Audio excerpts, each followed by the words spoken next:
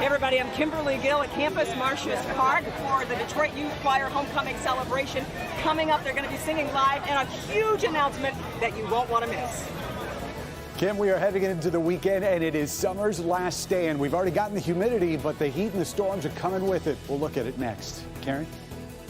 Also, first at 4, we are tracking the top stories of the day. The woman accused of a bizarre biting attack makes her first court appearance. Only Local 4 cameras were there.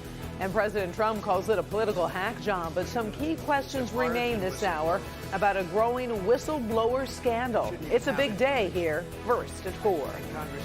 Live from downtown Detroit, home of WDIV and Click on Detroit, Local 4 News First at 4 starts now. Good afternoon, I'm Karen Drew. First at 4, a woman faces a judge for the first time after prosecutors say she bit part of another woman's face off. Allison Weaver is charged with assault with intent to do bodily harm after the bizarre attack late Monday into Tuesday morning. Investigators say Weaver bit the woman's ear off as well as several other parts of her face. Today, Weaver's attorneys say she should be released on a GPS tether, but the investigator on the case requested a higher bond. Do you not believe that a tether would help and assist with that? That's up to you, Your Honor. I believe it would help, but I know the victim is still in the hospital. I'm not sure when she's getting out, and she has several serious injuries. Weaver is being held on a $75,000 bond, and she will have to wear a GPS tether if released. We do have some new information on the death of a woman in Dearborn. At noon, we told you a body was found in a field near Paul Avenue, just east of the Southfield Freeway. Now police tell us that woman was actually injured when they found her. They tried to help, but she died at the scene. They say she was a 34-year-old resident of Taylor, but aren't sharing her name until they can tell her family. The investigation is ongoing. We'll have a live update tonight at 5. It is day 5 on the UAW strike on General Motors, and it seems there may be slight progress. Talks resumed this morning with both sides saying to make progress on the deal. However, we do hear many issues are still unresolved. The UAW just sent a letter to members declaring Solidarity Sunday over the weekend, asking everyone to show their support for striking workers. We're tracking the talks, and we'll have updates right here on clickondetroit.com. Standing against climate change, that's what people in Ann Arbor did as they joined millions demonstrating around the world. Protesters met at the Burton Memorial Tower to take part in the global climate strike. We've seen many protests around the country, including this crowd in Washington, D.C., with young people leading the way as they urge leaders to act on climate change. Plus, tens of thousands of Australians called for their government to take action to reduce greenhouse gas emissions. Today's massive protest coincides with the United Nations Climate Action Summit, which is set to take place next week. We are heading into the final weekend of summer. It's going to feel a lot like it lately, but right now we do have a celebration at Campus Martius, and Ben, sounds like the weather's cooperating. Yeah, Karen, we've already gotten that humidity sort of creeping in here, but the hottest temperatures of the stretch coming tomorrow, and of course Sunday, not going to look a whole lot different as we close out this last weekend in summer. We are in the low 80s right now on the thermometer.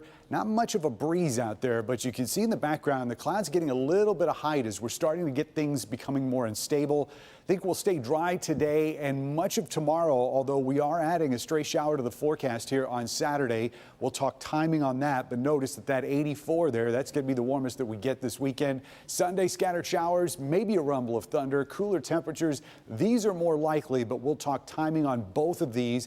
It does look like the humidity is going to stay for that entire stretch as well.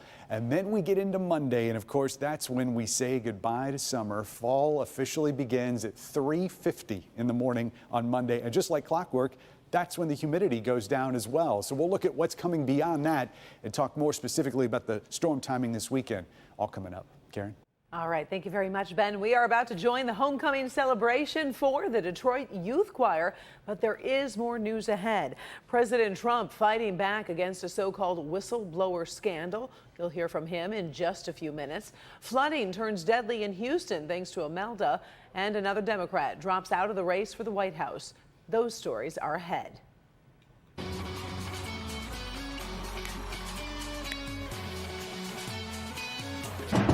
Right now, our Kimberly Gill is live at the homecoming celebration for the Detroit Youth Choir. The city of Detroit is really rolling out the red carpet for these kids, Kim.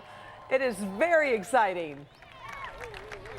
It is indeed exciting. Karen, hold on just a moment, guys. So I'm going to be doing a little bit of double duty here. So I'm talking on live TV right now. Just give me just a second. Karen, how are you? We are live right now, and I am so excited to bring this incredible journey from Hollywood back to Detroit! Okay, so without further ado, here is the Detroit Youth Choir and their director, Anthony White.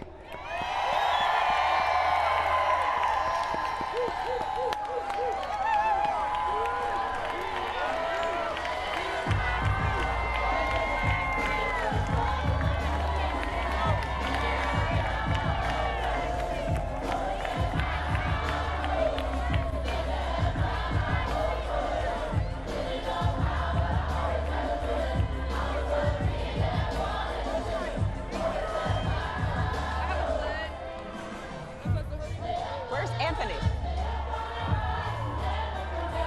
2 minutes. Where's Anthony? What do we need? Where's Anthony? The mic is hot.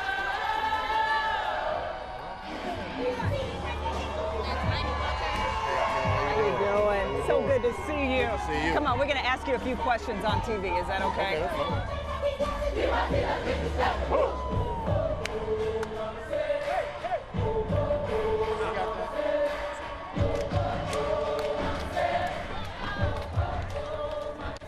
All right, give it up for DYC! All right, so with us now is the artistic director for the Detroit Youth Choir, Anthony White. I have had the good fortune of being able to cover this choir for the past month now. You feel like family. Congratulations. The city is so proud of you. How does it feel to be back and to see all this love? Because you've been somewhat detached from it being all the way out in Hollywood. What up, dude? I feel, oh man, I can't even speak right now. Have you slept? That's what I want to know. You got back in last night. Have you had an opportunity to get any sleep? I got about 6 hours of sleep.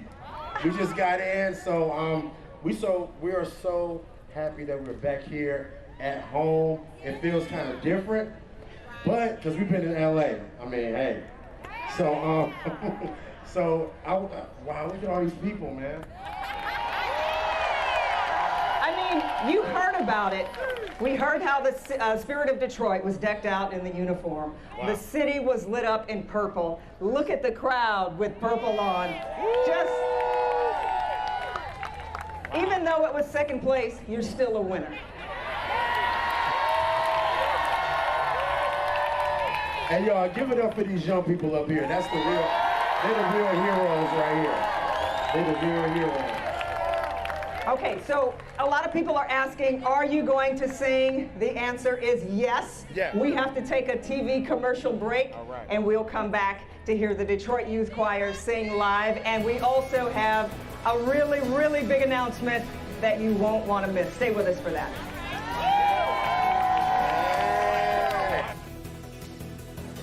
For the first time in decades, there's been a dramatic drop in kids participating in school sports. What's behind this decline? More than just injuries. Find out Monday at 6 a.m.